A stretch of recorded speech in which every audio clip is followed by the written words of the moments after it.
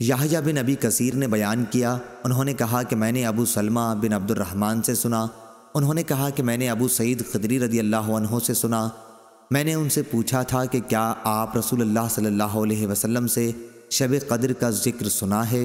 انہوں نے کہا کہ ہاں، ہم نے رسول اللہ صلی اللہ علیہ وسلم کے ساتھ رمضان کے دوسرے عشرے میں اعتکاف کیا تھا۔ ابو سعید رضی اللہ عنہ نے بیان کیا کہ پھر 20 کی صبح کو ہم نے اعتکاف ختم کر دیا۔ اسی صبح کو رسول اللہ صلی اللہ علیہ وسلم نے ہمیں خطاب فرمایا کہ مجھے شب قدر دکھائی گئی تھی لیکن پھر بھلا دی گئی، اس لیے اب اسے آخری عشرے کی راتوں میں تلاش کرو۔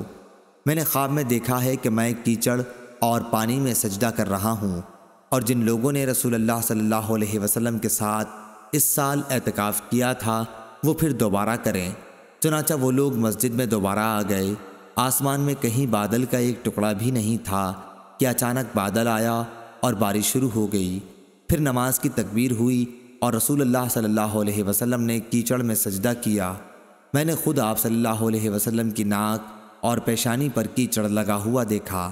صحیح بخاری حدیث نمبر 2036۔